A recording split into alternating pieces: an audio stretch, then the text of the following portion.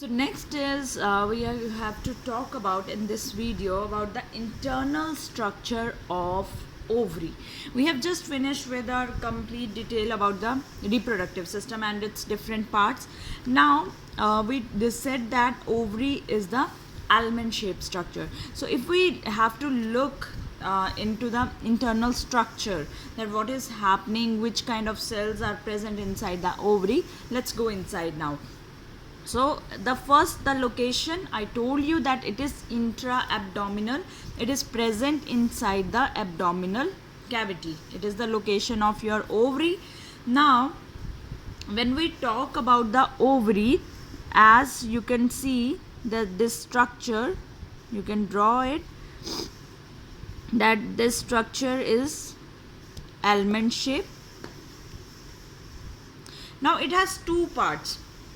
Just locate the dots, outermost part, these dots, this outermost part, it is known as this outer mass, it is known as cortex.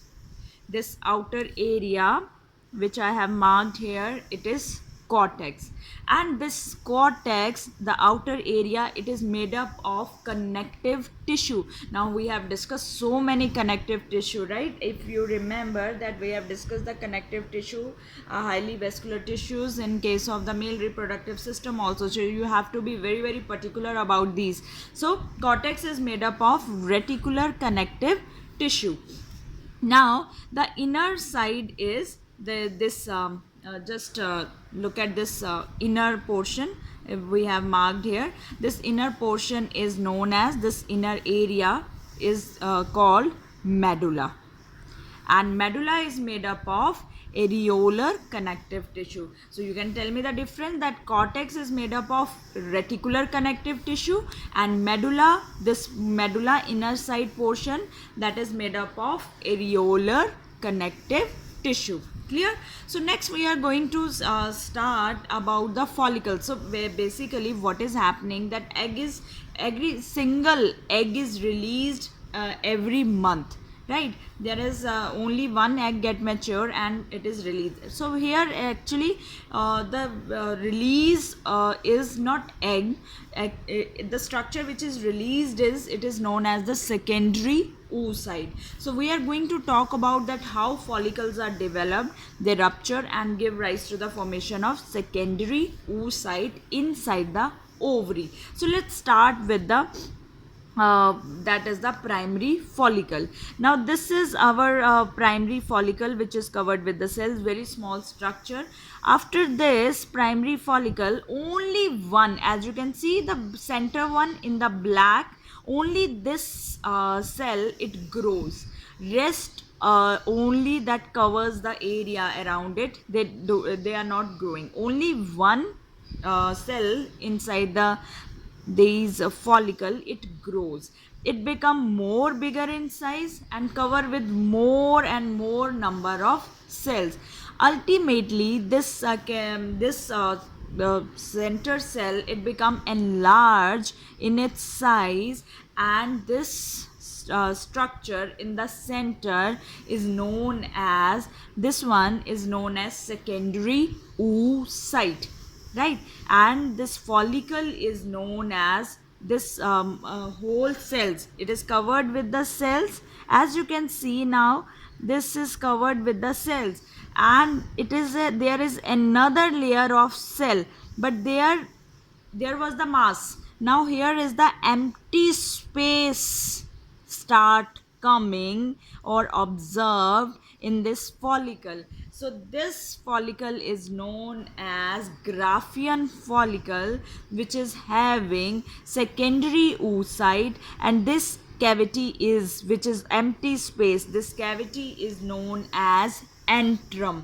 It is filled with the liquor follicle. So I am pausing you here and I am taking you to the structure of, enlarged structure of this Graafian follicle. So follow with me that now I am taking this structure into the large form. So this is our Graafian follicle.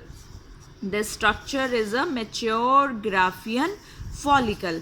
What happening here is, as you can see, the center portion, this we have drawn here. We cannot draw here obviously because we have to show each and every stage, so we cannot draw it in the proper form, so that is we have enlarged view here. Now the center cell is the secondary oocyte. Again I'm saying that we don't call it as egg. This is the secondary oocyte. It further changes into the egg. Now this secondary oocyte, it has few first outer layer. As you can see that in the blue color cells, follow these blue color cells. I have drawn only, but actually there are many layers. I have drawn two layers here, outer layer. So there are two layers of cells, 1 and 2 I have drawn here, these blue. Now this outer cell, these all outer cells, these complete this 1 and 2, so 1 plus 2, both the layers, the outer cells, all the cells which are present in the outer region, these are known as membrana granulosa. So outer layer of cells or outer cells present in the Graafian follicle, they are known as membrana granulosa. Now these membrana granulosa is further divided into two layers. The outermost layer is known as this outermost layer. The complete cells, outer and inner layer, is known as membrana granulosa, but outer layer specifically is known as theca externa, and internal layer of cell is known as, because it is internal, so it is known as theca interna. Clear? Three terms I have told you. The whole, these two layers, they are membrana granulosa, these are membrana granulosa, and further they have two layers, that is outer and inner, theca externa and theca interna. Now as you can see the empty space between the outer and the inner cells. Now these secondary oocyte is covered with help of many layers, and these many layers, round cells, basically red colored cells, these many layers of cells, they are called discus proligenous. This is proligerous, Gerous, right? Proligerous, it's not genus, gerous. Discus proligerous, these red cells which are of many layers, these are known as discus proligerous. Now this empty space which is present between the outer and inner cell, that is this form a cavity. So this cavity is called this empty space, this is the cavity which is called antrum. This cavity which is present, the question is asked, that cavity which is present inside the Graafian follicle, it has name, that is the antrum, and it is filled with the liquid which is known as liquor folliculi. Liquor follicule. Why follicule? Now just look at its name, because it is secreted by follicles. So cavity is known as antrum. It is filled with the liquid which is known as liquor folliculi. Now this at the base, these the secondary oocyte is not suspended in the it is not just holding in the air. It is suspended with the help of this mass of cell, green color mass of cell. It is known as the germ hill, or the very important name which is mentioned in our books, that is the cumulus oophorus. So this secondary oocyte, it is suspended with the help of cumulus oophorus. I hope that this Graafian follicle structure is very clear to you, that outer layers membrana granulosa, internal layers many layers discus proligerous, cavity is the antrum, then filled with the liquor folliculi, and these are suspended, the secondary oocyte is suspended with the help of cumulus oophorus. Now let's move on to what happened to this Graafian follicle. Now at the time of ovulation, when secondary oocyte has to release, then this Graafian follicle, it ruptures. When this rupture, then there is, as you can see, there is the ruptured Graafian follicle, and this secondary oocyte is released. Clear? This one is the Graafian follicle structure, ruptured one especially. Now this ruptured Graafian follicle, it is known as corpus hemorrhagium. I will tell you just in the next point that why it is known as corpus hemorrhagium. After ruptured, it is observed in 3 stages. 1, 2, 3 stages. So first stage is corpus hemorrhagium. Right now, secondary oocyte, it has released.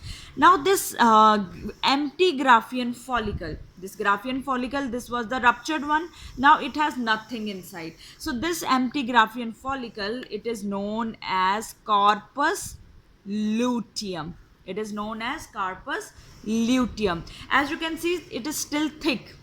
After this, there are 2 conditions. Either the fertilization will happen or fertilization will not happen. So if there will be no fertilization, this corpus luteum, it will degenerate. So this third stage is degenerated corpus luteum.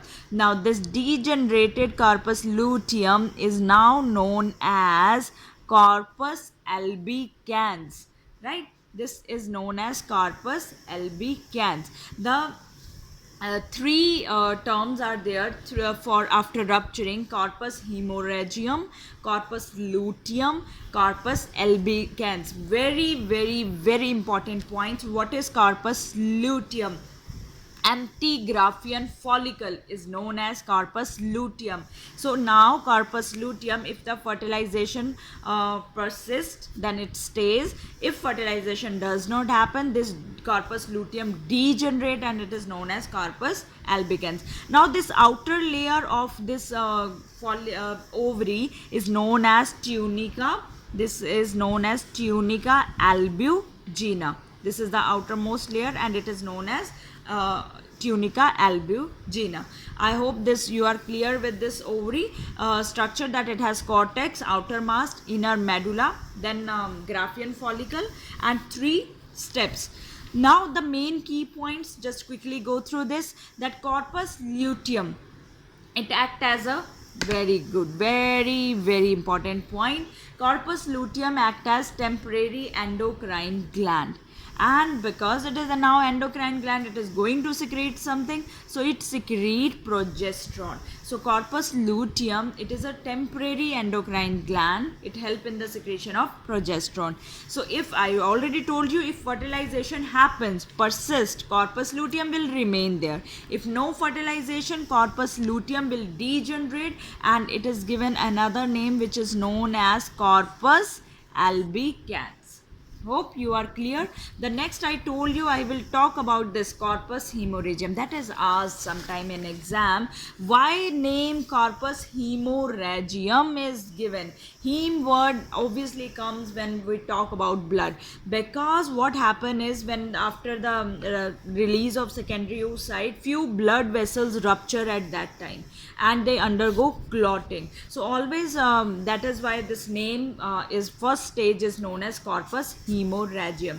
What you have to remember is that every month one follicle only mature into Graafian follicle. This was the primary, then secondary, then tertiary, right? So this one was primary, then secondary, then tertiary, and ultimately Graafian follicle. But only and only one cell get mature, which is the secondary oocyte, and matured follicle is known as our Graafian follicle. So in next we are only left with the external genitalia and lactiferous gland we will talk about in our last video.